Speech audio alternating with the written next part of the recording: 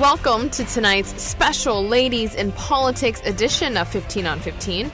On the top of the show, we have Marisol Lopez-Tromp. In part 2 show, we have Michelle Hoiboer-Winkler discussing women's rights issues. Last, but certainly not least, we will close the show with Mervin Wyatt-Ras. 15 on 15 starts right now. Thanks for joining us. On tonight's show, we have a special Ladies in Politics edition, starting with Marisol Lopez-Tromp. During my one-on-one interview with the former MEP minister, she discussed several ideas that could improve the school system, which would ultimately allow mothers to be a bit more dedicated to work. Marisol Lopez-Tromp says full-time mothers who also works a full-time job are not at ease after the kids are out of school. There are policies that can be set in place to improve this. There's a lot that we can still do. We have come a long way with different changes and different things that I've worked on before when I was a minister. But in this period, I believe that something that's still challenging is that we as women still take the caregiving role as a vital part in the education system.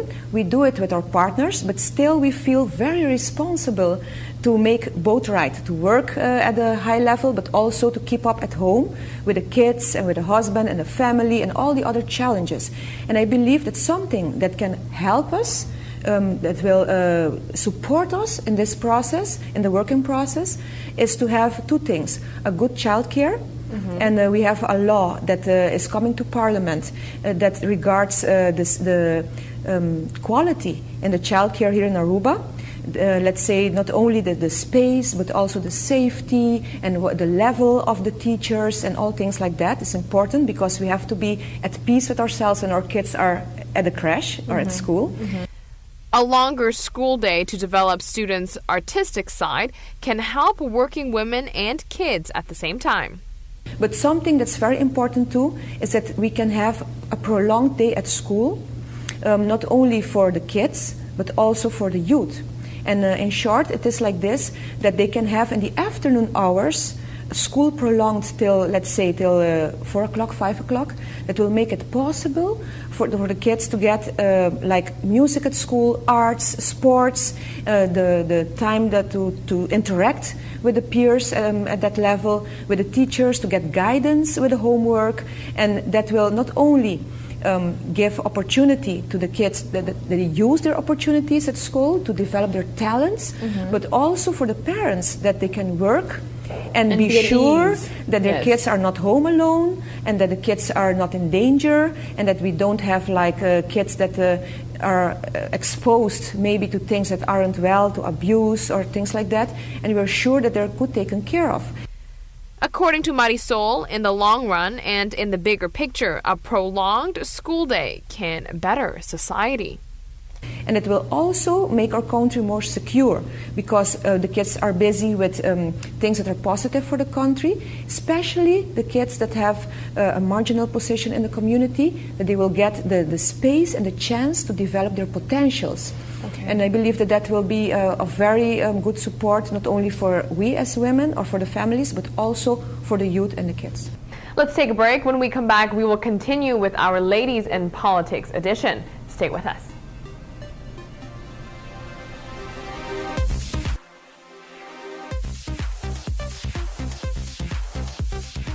And welcome back from the break. Aruba's only female minister, Michelle Hoiboer-Winkler, says throughout her term she has primarily focused on two aspects of female social issues.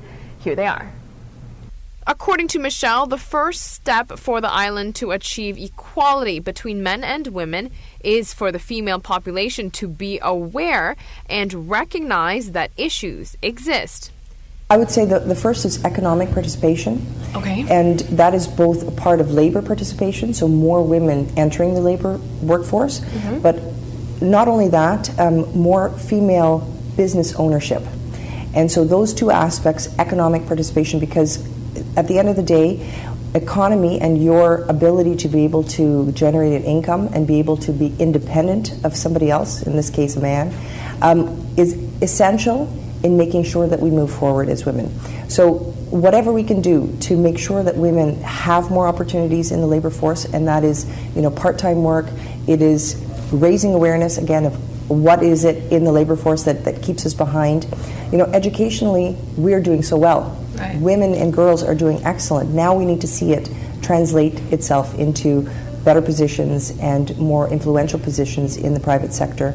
Minister Winkler adds more female representation is not only needed in the private sector, but in the government as well. There are certain topics that are seen as sensitive, but they must be brought to the attention of the public. Bringing more focus about domestic violence and things that are probably more of the taboo subjects that we really don't like to discuss a lot in any country and in any situation.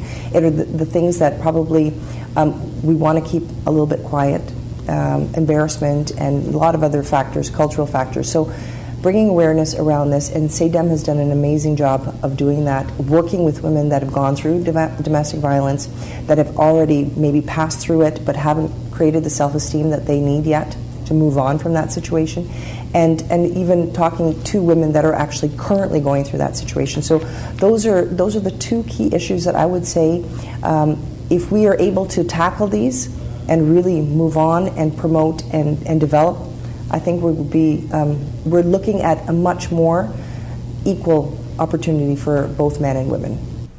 Stay with us. We'll have Mervyn Wyatt-Ras to wrap up tonight's Ladies in Politics edition.